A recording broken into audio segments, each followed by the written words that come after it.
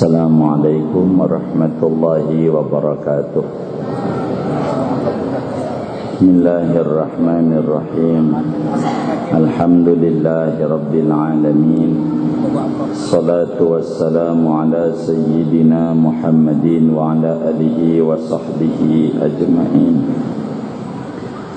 Wa tawakkalan mutajarridan fi rizqika siqatan biwa'dir rabbi akrama mufdila, dan bertawakkallah engkau mutajarridan padahal menyendiri, tidak berkeluarga, fi rizkika bertawakal pada urusan rezekimu, siqatan biwa'dir rabbi karena yakin dengan janji Allah, akrama mufdila yang pemurah lagi pemberi anugerah.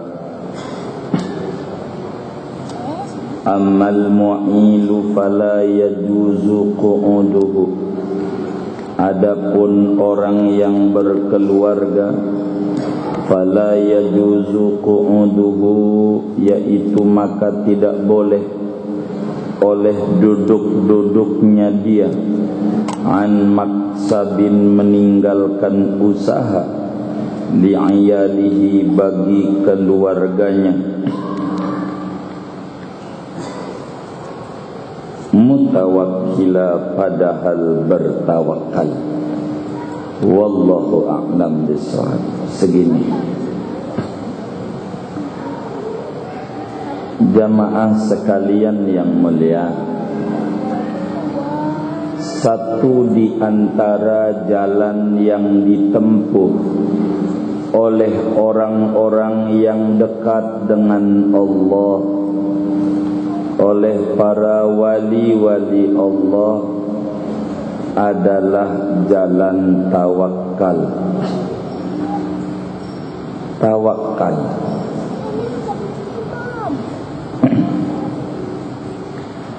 Apa itu tawakal? Tawakal itu berpegang teguh dengan janji Allah tentang urusan rizki, dengan tanpa meninggalkan kewajiban berusaha. Tawakal adalah sifat hati, keyakinan yang ada di dalam hati bahwa rizki sudah diatur oleh Allah dengan badan menjalankan syariat, berikhtiar dan berusaha. Itu namanya tawakal. Banyak ayat-ayat yang menerangkan tentang menunjukkan tawakal adalah keimanan yang tinggi dari seorang muslim. Fa idza azamta fatawakkal 'ala Allah. Ada ayat lagi, fatawakkalu in kuntum mu'minin. Apabila engkau telah memaksimalkan di dalam berikhtiar, berusaha, bertekad bulat di dalam kasab, maka akhirnya tawakalkan kepada Allah. Dalam ayat yang lain, hendaklah kalian bertawakal jika memang benar-benar punya iman. Iman dan tawakal tidak bisa dipisah. Dasarnya iman bila bagus disirami akan berbuah tawakal. Tawakal Seseorang bahasa kampungnya berwakil, berserah diri, berwakil. Di atas tawakal ini ada namanya tafwid namanya. Itu di atas tawakal kelasnya. Berserah total kepada Allah. Seorang anak manusia, jamaah yang mulia, tidak akan menyerahkan urusannya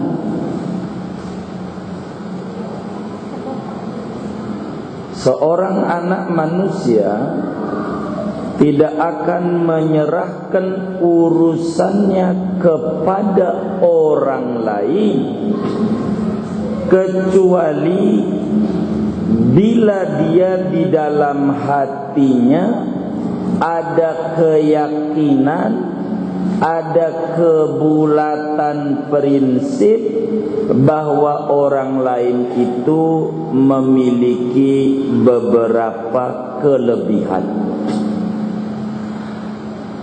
Orang tidak bakal menyerahkan urusan kepada orang lain kecuali sesudah kita paham dan yakin bahwa dia memiliki berbagai macam kelebihan, sehingga bakal kita serahin urusan kita sama dia. Pertama, memiliki kasih sayang kepada kita, rasa sayangnya besar. Dua, memiliki kemampuan yang luar biasa. Ketiga, memiliki arahan dan bimbingan yang cukup baik. Mesti begitu. Contoh, kalau kita kena kasus perkara, pasti kita bakal mencari lawyer. Enggak mungkin lawyer ini bodoh yang kita mau ambil. Enggak mungkin. Enggak mungkin lawyer ini tidak memihak kepada kita. Namanya enggak ada sayang. Enggak bakalan kita ambil. Ketiga, enggak cakap dia. Enggak mungkin kita ambil karena butuh kepada dia, karena segala urusan kita terkait kasus yang membelit kita tentu akan kita serahkan kepada yang lebih mengerti kita. Ibaratnya begitu. Di atas itu seorang anak kecil, kenapa tidak pusing mikirin lebaran, enggak pusing mikirin beli baju, enggak pusing mikirin bayar sekolah. Pusing gak sih bocah-bocah tuh? Kagak. Dunia yang paling happy adalah dunia anak-anak. Begitu. Kenapa? Karena dia di dalam dirinya ada wahbah ilahiyah, bahwa ada yang mikirin baju saya, ada yang mikirin buatin susu saya, nyuciin baju saya, mikirin makan saya, mikirin bayar sekolah saya, ada di dalam hatinya. Itulah orang tuanya. Sehingga dia enggak mau mengambil bagian orang tua, biar itu yang dia yang pusing. Kita terus aja bermain dengan dunia anak-anak. Percaya, kalau bahasa orang Betawi, ilokan orang tua mau nyeburin anaknya ke sumur. Begitu. Masa orang tua kagak beliin baju lebaran? Begitu bocah. Dan yang tertinggi, kepercayaan itu bila sudah masuk pada kepercayaan yang totalitas. Seperti apa? Seperti mayit di mata yang memandikan. Mayit itu udah nyerah aja mayang mandiin, mau diputar kemana terserah. Dan ada keyakinan dalam hati mayit, kagak mungkin nih biar dia musuh mandiinnya pakai lehernya diikat, leburin di kali digini-giniin. Hah? Ada nggak kira-kira? Kagak, percaya habis dah. Makanya nggak ada yang ngelawan-lawan mayit, nurut aja. Ini orang pasti mandiin rapi. Baik, ini namanya tingkatan kita bertawakal.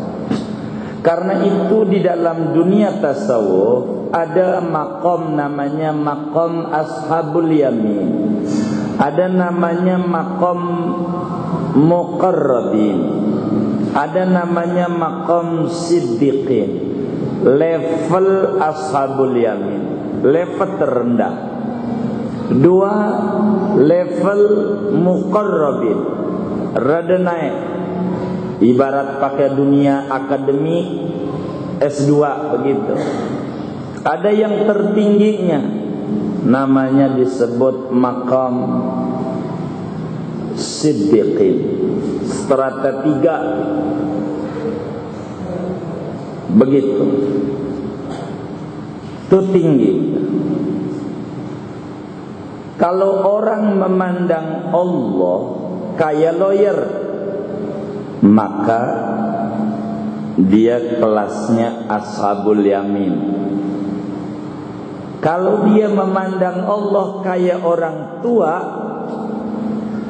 maka dia kelasnya muqarrabin.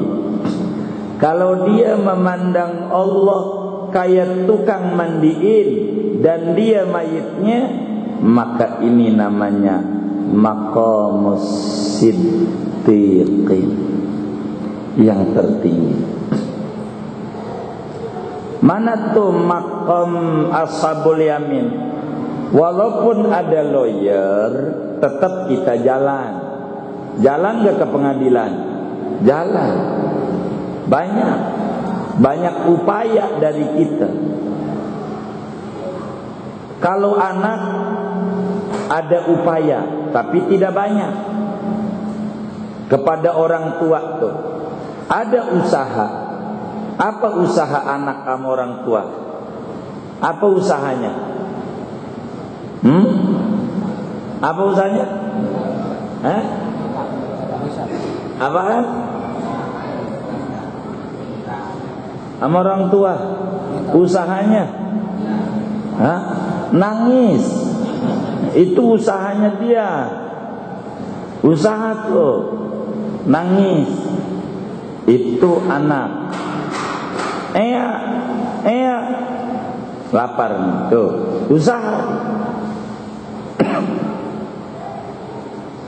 Lain dengan mayit, nggak ada usaha. Udah pasrah habis kepada yang memandikan. Ini namanya disebut tawakal kelas tinggi. Maka kata Imam Ibnu Athaillah As-Sakandari di dalam kitab hikamnya, beliau menyatakan masya'nu wujudut talab wa inna masya'nu anturzaqa husnan adab. Bukan pangkat yang tinggi bila seorang muslim selalu mewujudkan tuntutan kepada Tuhan, banyaknya minta-minta sama Tuhan, pakai ngancem-ngancem Tuhan. Kalau rezeki saya di langit, turuni. Kalau di bumi, keluarin. Kalau jauh, deketin. Kalau seret, lancari. Kalau dikit, banyakin. Sampai malaikat, kata malaikat, kayak begini amat sama Tuhan ngancem-ngancem. Ada nggak yang kayak begitu? Hah? Mana orangnya? Ini belum pangkat tinggi. Dengan sholat duha juga Allah udah paham. Sholat duha kayaknya usahanya lagi menurun nih. Biasanya kagak biasanya. Kalau lagi menurun aja baru nyari tasbih. Mana itu tuntunan sholat duha? Begitu. Sholat tahu Allah. Ngajuin proposal dia. Tahu Allah. Tahu nggak kira-kira? Ya tahu. Ya, susah aja tahu.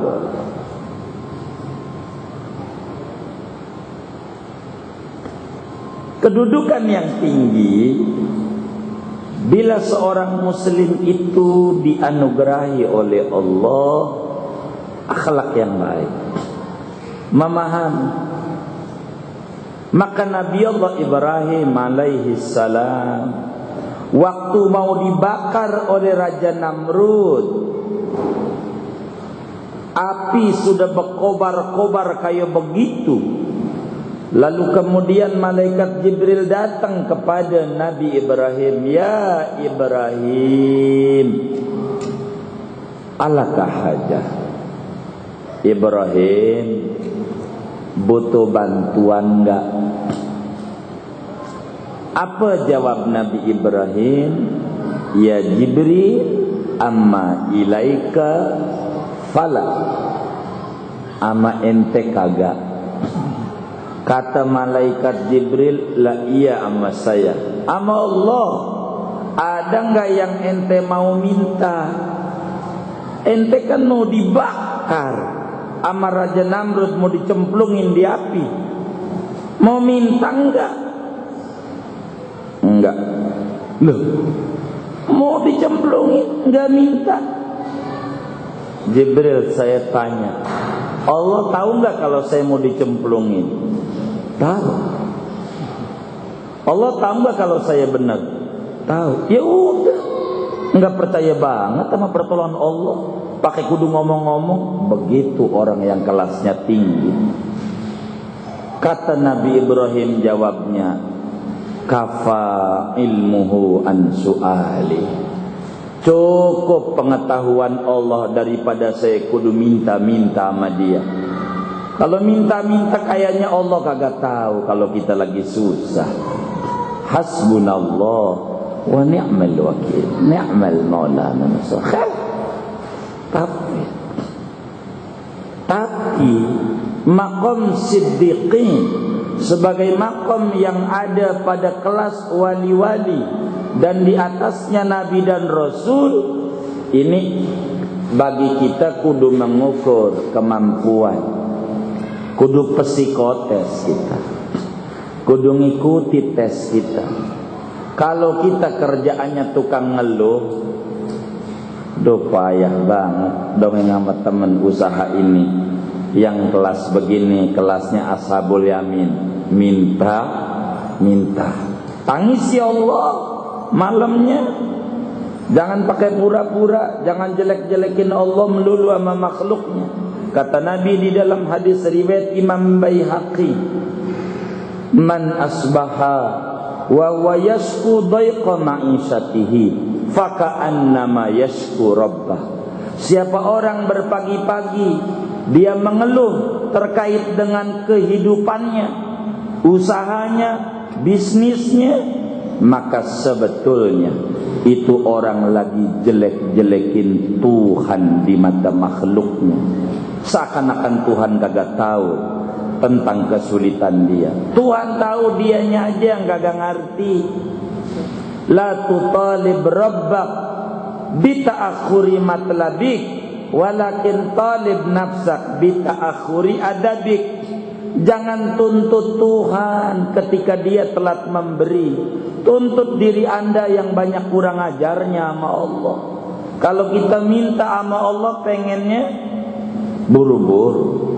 Tapi kalau Allah panggil aja lewat muadzin, hayalah sholat zuhur, tar dulu warung lagi laris. Entar. Kalau Allah panggil entar. Tapi kalau dia minta buru-buru, egois yang kayak begini. Egois. Pengennya diperhatiin Allah. tapi tidak ada perhatian dia kepada Allah Subhanahu wa ta'ala. Maka akhlak yang harus dimiliki oleh muslim adalah tawakal. Sebab tawakal ini akan menunjukkan fungsi akal yang Allah berikan sama kita. Kalau timbang hidup doang saudara, bila hidup kita untuk makan, jujur Allah sia-sia ngasih akal sama kita. Kalau timbang hidup ini otak kita isinya duit doang, rugi Allah, rugi. Terlalu mubazir ngasih manusia akal kalau otaknya isinya duit doang. Kenapa? Kita ukur sama makhluk lain yang disebut sapi. Pagi sapi pergi ke kantor, ya kantornya sawah, sawah ya, bajak sawah. Ampe dohor istirahat makan di warung padang rumput. Iya sapi, masa iya warung padang Bintaro, sederhana Bintaro kagak mungkin. Habis dia makan rumput, kerja lagi sampai sore. Udah sore dia pulang ke kompleknya Larangan Indah, kandang namanya, kandang. Ngapain? Istirahat, tidur buat besok kerja. Udah tidur, besok pagi begitu lagi. Dohor makan, kerja, sore pulang ke rumah, ke kandang, tidur, besok pagi begitu. Bila siklus hidup kita sebagai manusia, lebih-lebih muslim, pagi kerja, siang makan, kerja, sore pulang ke rumah, tidur, istirahat, besok begitu. Tidak ada zuhur, tidak ada asar, tidak ada maghrib, tidak ada isya, tidak ada subuh. Mana beda dengan sapi?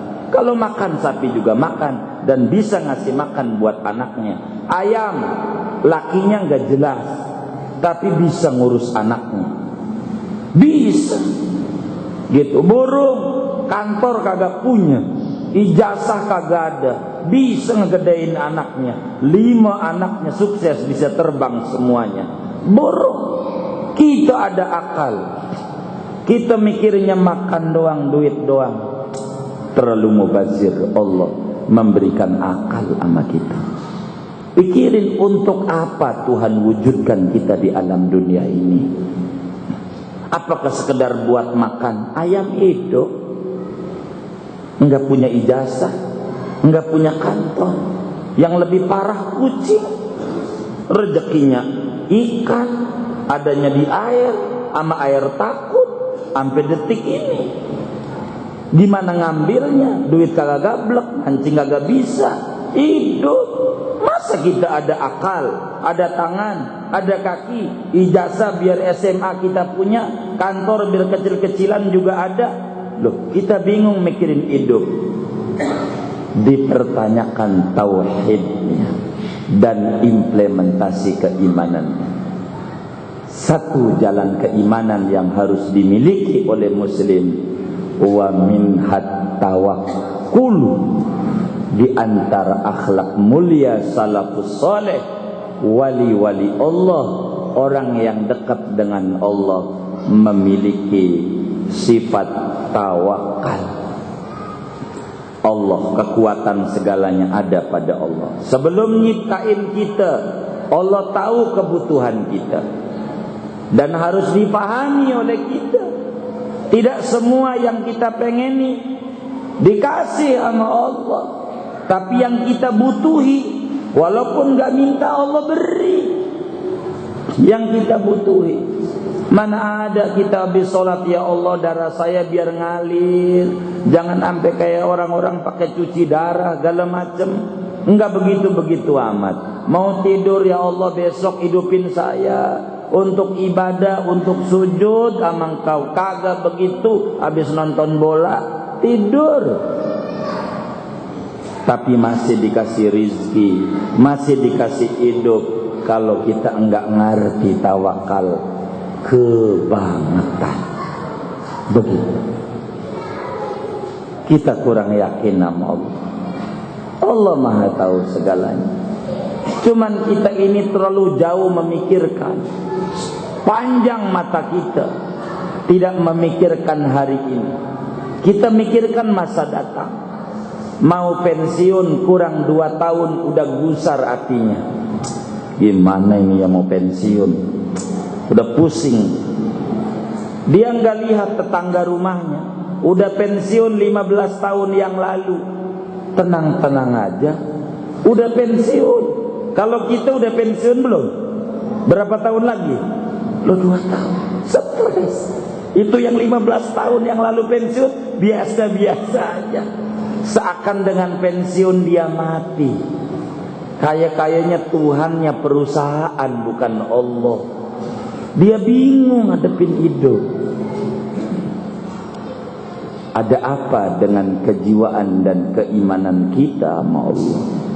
Maka penting muslim memiliki tawakal. Namun jamaah, kata materi kita, wa tawakkalan mutajarridan fi rizqika siqatan biwa'dir rabbi akrama mufdila. Manusia dibagi oleh agama menjadi 2 bagian. Ada orang yang menyendiri. Kalau bahasa teman-teman kita, jomblo, enggak punya bini, bisa menduda, bisa membujak. Kedua, punya anak bini. Cara bertawakalnya beda, diatur oleh agama. Bagaimana cara tawakalnya si bujangan, bagaimana cara tawakalnya orang yang berkeluarga, diatur oleh agama. Pertama, bujangan. Bila kita bujangan, jomblo kita, duda atau bujang kita menyendiri, maka yang terbaik tawakal penuh kepada Allah sebagai bentuk kepercayaan habis dengan janji Allah, dengan kesempurnaan kemurahan Allah, kesempurnaan kasih sayang Allah. Betapa Allah janjikan dalam Al-Quran, wa fis samai rizqukum, di langit rezekimu. Usaha enggak usah ngoyo. Kalau kita usahanya siang-siang, kita usahanya dari jam 9 atau jam 7 sampai jam 5. Ya udah, jam 7 sampai jam 5 usaha kita. Udah jam 5 tutup. Tutup. Ada yang protes, "Bang, malam buka. Kalau malam buka rame warung abang." Kita kudu jawab, tidak. Yang membuat rame bukan dia, Allah. Dan udah bilang dalam Al-Quran, rezekimu bukan di bumi tapi di langit. Malam saya mau gedor pintu langit, biar besok pagi rame pengunjung warung saja. Tutup. Kalau buka malam, siang, tutup. Minta sama Allah. Kagak perlu kita 24 jam.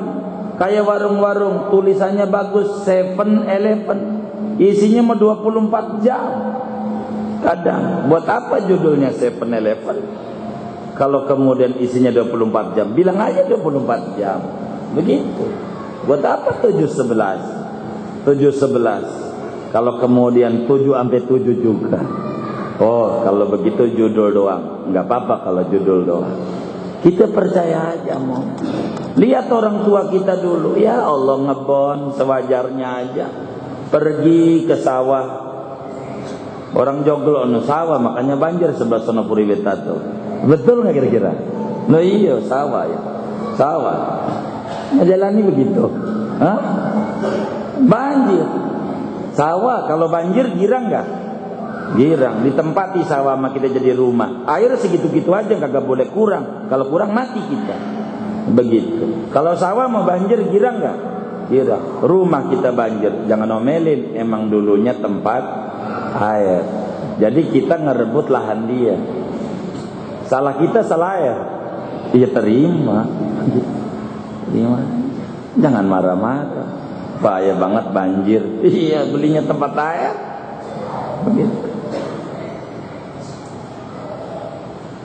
Orang tua dulu berangkat ke sawah tengah 8, jam 8, maknanya sesudah matahari terbit. Pulang jam 4, tengah 6 udah nongkrong di masjid. Tengah 6, maknanya sebelum matahari terbenam udah nyampe rumah. Anak banyak, kayak biji tasbih 33 orang dulu. Banyak, kan yang 11 anaknya. Ijazah nggak punya, kantor yang nggak ada, ya kebun-kebun itu doang. Tapi masya Allah bisa nyekolahin anaknya jadi sarjana, bisa ngasih warisan kalau dia mati sama anak-anaknya. Padahal kerjanya selagu-lagunya. Sesudah matahari terbit, pulang sebelum terbenam.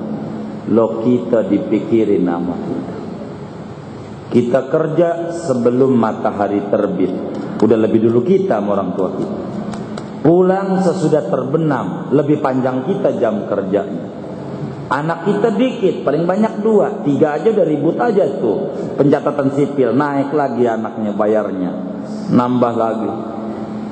Bingung mikirin ngegedein anak. Ini faktor tawakal kita berbeda dengan mereka. Keyakinan kita sama Allah kurang. Kita selalu nyari rezekinya di bumi. Padahal wa fis sama irizukum, no, di langit rezeki mah. Pohon tuh buahnya di atas, diorek-orek, pagi tinggal mungutin. Malam tuh jangan ngorok mulu, meleh. Antrian juga kalau malam mau dikit apa banyak? Dikit, banyak yang gak ngantri, banyaknya ngapain? Mau tidur. Kalau siang banyak. Ya, apalagi kita sholat duha 2 rakaat. Orang-orang 12. Urutan keberapa? 1002. Lah lama itu.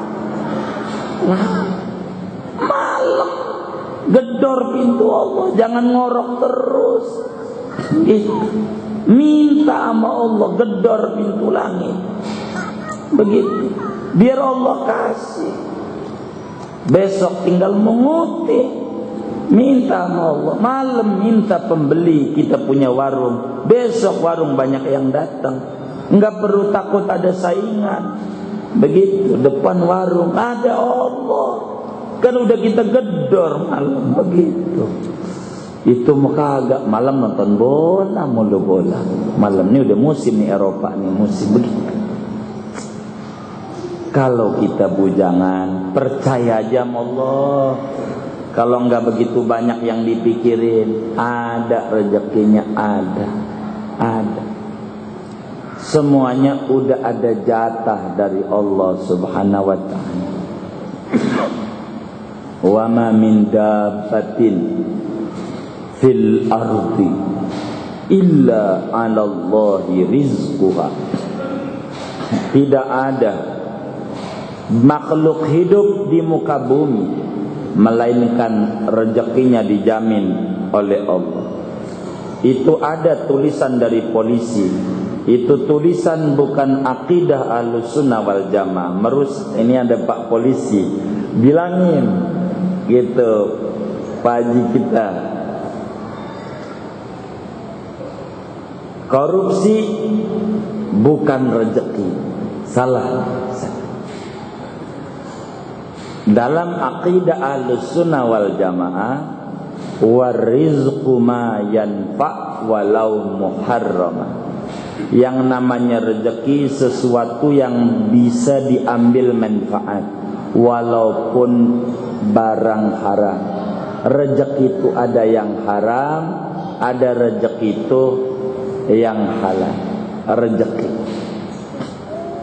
Korupsi bukan milik, betul. Begitu. Ada milik, ada rezeki, saudara.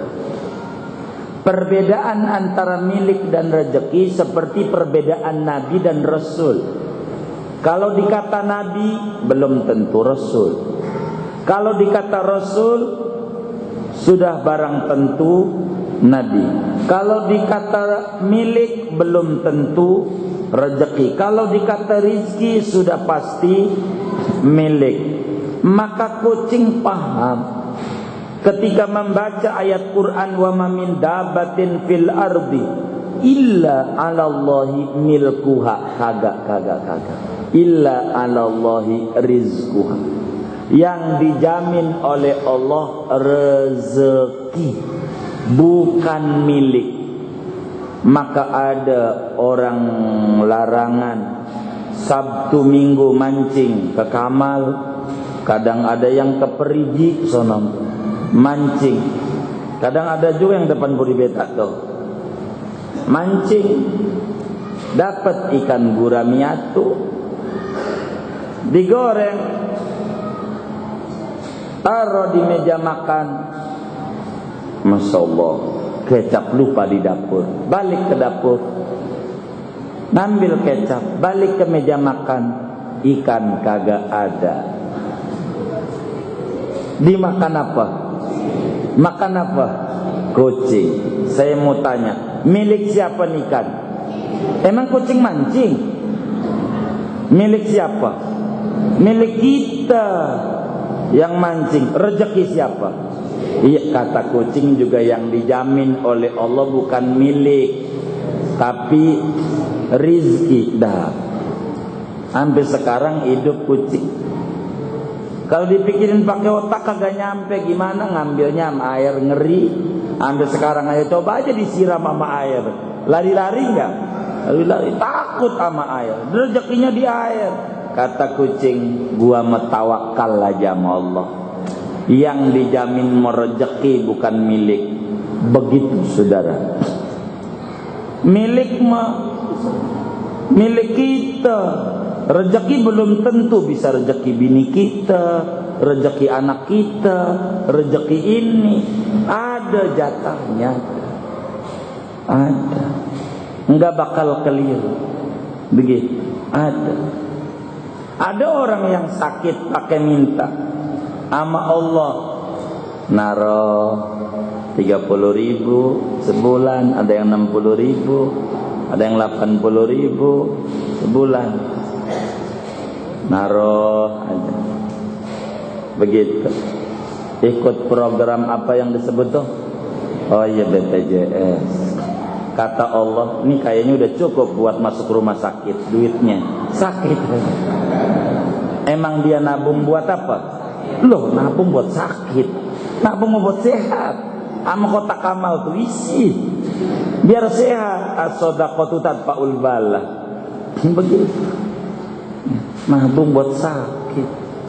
Gitu. Kata teman kita, mana itu ikut ngaji nggak nih sekarang? Pada waktu saya tengok di rumah sakit Aminah, dia jawab, guru, duit saya udah cukup. Emang apa? Sekarang saya sakit masuk rumah sakit, udah sekian juta yang saya setor itu. Kata Allah udah cukup kayaknya ini. Tandanya saya masuk rumah sakit. Begitu. Wah iya, bisa aja saya. Kalau kita bujangan mah serahin aja sama Allah. Dulu ada seorang raja, namanya Ibrahim bin Adham bin Mansur. Orang Bento, orang kaya raya. Raja ini Ibrahim bin Adham bin Mansur. Tobatnya, saya mau bercerita. Dia hobinya berburu binatang, manjangan, berburu. Satu hari dia berburu bawa perbekalan roti. Lagi berburu, itu roti dicuri sama burung. Diambil sama burung rotinya dia yang dibungkus tuh. Loh, burung ambil roti kita. Diikuti pengen tahu itu roti Burung itu terbang bawa roti, diikuti dari bawah. Kemana itu burung itu? Akhirnya burung itu kemudian hinggap di bawah pepohonan, ikuti terus. Kemudian itu burung dilihat sama dia dari semak-semak belukar. Burung itu lagi ngebuka plastiknya, lalu memasukkan dia punya dari cucuknya. Lagi begini-begini. Kata Ibrahim bin Adham, ngapain? Habis begitu baru kemudian Ibrahim bin Adham keluar daripada semak belukar dan burung itu terbang. Dilihat ada orang yang sedang diikat. Diikat dari kaki sampai palak ni badan begini amat tambah. Kata Ibrahim bin Adham, tuan ini siapa? Saya ini saudagar. Lalu lewat dagangan dari Syam ini, kemudian dirampok, saya dibuang di sini. Terus tiap hari saya dikasih makan oleh burung. Tiap hari. Tiap hari. Sehari 3 kali. Oleh burung. Kata Ibrahim bin Adham, Masya Allah, emang rezeki gak kemana. Allah benar jamin rezeki. Buat apa gua tinggal di istana kerajaan Abah? Mendingan gua menjadi sufi aja, tinggalin kemegahan itu, lalu menjadi seorang zuhud. Dan namanya amat sangat terkenal dalam dunia tasawuf, Ibrahim bin Adham bin Mansur. Itu di tengah hutan diikat, katanya udah seminggu dikasih makan sama burung 3 kali sehari. Betapa Allah memikirkan rezeki hamba. Ada jalan, ada. Kita nggak perlu khawatir, lebih-lebih kita ngaji, saudara. Ada hadis yang luar biasa dari Nabi kita Muhammad sallallahu alaihi wasallam, innallaha takaffala li talibil ilmi birizqi. Allah jamin bagi orang yang mau ngaji dengan rezekinya. Maknanya orang yang mau duduk di majlis ilmu enggak bakal ngalamin susah ampe kagak makan, enggak bakal. Itu udah jaminan. Terserah kita mau percaya apa kagak sama Nabi. Begitu. Beda dengan kita udah ngaji sama kita belum ngaji. Ada sisi kehidupan yang lain, warna di dalam hati kita, antara kita duduk di majelis ilmu dengan kita tidak duduk. Sebab berangkat segalanya dari sikap hati memahami segala sesuatu. Bila kita percaya Allah subhanahu wa ta'ala menjamin rezeki hambanya, maka betapa kita kemudian itu tidak percaya. Ada seorang wali namanya Abu Yazid Al-Bustami bertanya kepada orang yang berpakaian biasa saja, demennya zikir, ibadah. Ditanya oleh Imam Abu Yazid Al-Bustami, saudara. Kata Imam Abu Yazid, min aina ta'kulu? Ente ini hidupnya begini nih, enggak punya anak bini, hidupnya demennya melancong ibadah dari masjid ke masjid. Ente makannya dari mana? Makan ente dari mana? Ente kerja enggak apa enggak? Ya saya enggak punya anak bini, makanya saya enggak kerja. Buat siapa nyari duit? Anak bini enggak ada. Mau memperkaya ahli waris. Begitu. Terus saya yang mau tanya, ente makan dari mana? Itu orang yang lusuh, kakek-kakek menjawab, Tuhan saya aja ngasih makan anjing sama babi yang kagak sholat, kagak ibadah. Masa saya yang ibadah gak dikasih makan? Kata Imam Abu Yazid Al-Bustami, sorban ulama yang gede lebih rendah dibanding pakaian yang ente pakai. Memiliki tawakal yang tinggi. kepada Allah Subhanahu wa ta'ala. Kalau kita udah purna tugas dari kantor, maknanya dikasih kesempatan oleh Allah untuk ibadah. Kemarin kagak keburu, diajak ngaji susah bang, ngaji yuk. Hari apa? Rebo. Waduh, kerja gue repot. Ngaji mah yang bener aja, ngajak ngaji sama gue mah. Jangan siang kek. Bang, ngaji yuk. Kapan? Malam Sabtu. Dia belum nyampe rumah dari kantor. Ngajak ngaji mau yang bener. Ya, diajak lagi nggak bosan. Bang, ngaji yuk. Kapan? Minggu. Ya, waktu saya buat keluarga. Begitu waktu keluarga nggak ada. Ya minggu buat sama keluarga. Entar aja kalau udah pensiun. Saya ngaji. Pas udah pensiun mah main sepeda mulu, main sepeda mulu. Diajak ngaji, gua lagi repot. Ya Allah, lagi repot. Kurang ajar banget dia nuduh sama orang yang ngaji, yang ngaji pengangguran semua. Begitu repot yang ngaji juga, cuman mempersempatkan diri dari waktu yang Allah berikan. Maka kalau kita bujangan, tawakallah yang tinggi. Silahkan kita, mohon maaf, tidak usaha, tidak apa, secukup buat kita, monggo. Tapi bagaimana kalau kita punya keluarga? Tentu aturannya lain lagi dari agama. Tapi enggak bisa pada malam hari ini. Ntar kita bedah. Amal mu'idu fala yajuzu qu'uduhu an maksabin li'iyalihi mutawakkilah. Insyaallah bulan Syawal kita bedah. Ini terakhir malam ini, saudara. Bukan?